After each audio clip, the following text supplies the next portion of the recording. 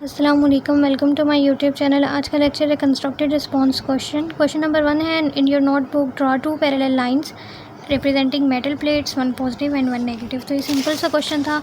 दो प्लेट्स बना ली, एक को पॉजिटिव कह देंगे, एक को नेगेटिव कह देंगे, और इस प्लेट्स के दरमियान भी जब भी चार्जेस होते हैं तो उनके दरमियान इलेक्ट्रिक फील्ड खुद ब खुद बन जाती है।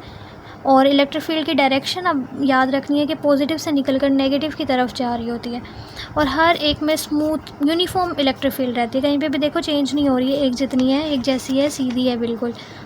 और ये क्वेश्चन आपसे पूछ सकते हैं कि दो चार्जेस के दरमियान यूनिफॉर्म होती है इलेक्ट्रिक फील्ड या नहीं। ओके, उसके बाद पार्ट बी है कि 8 नेगेटिव पॉइंट चार्जेस जो हैं इक्वल मैग्नीट्यूड के, उसको डिस्ट्रीब्यूट कर देना राउंड सर्कल। तो सर्कल के गिर्द आपने 8 जो है वो नेगेटिव चार्जेस बना लेने हैं।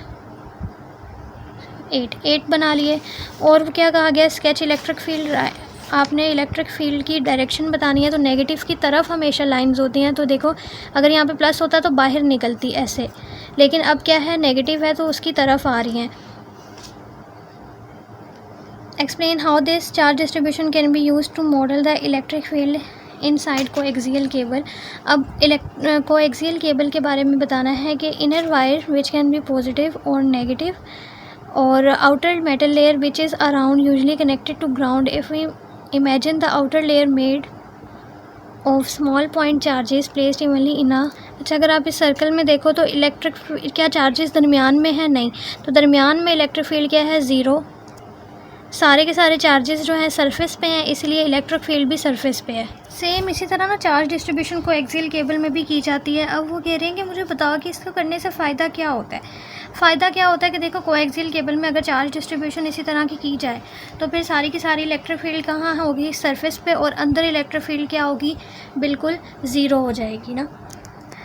तो अगर इलेक्ट्रिक फील्ड अंदर ज़ीरो होगी तो इसकी वजह से क्या होगा, जो बाहर से आने वाली इंटरफेरेंस है जैसे नॉइज़, अनवांटेड सिग्नल्स, वो अंदर तक नहीं पहुंच पाएंगे। और हमारी जो अंदर की जो सेंट्रल वायर है जो कि सिग्नल्स को इधर से उधर लेकर जाती है, जब नॉइज़ और इंटरफेरेंस इस तक पहुंचेगी नहीं तो फिर ये क्या हो जाएगा, बिल्कुल प्रोटेक्ट रहेगी, और हमारी जो इन्फॉर्मेशन है या सिग्नल्स हैं वो बिल्कुल सेफली और तेज़ी से पहुंच सकते हैं।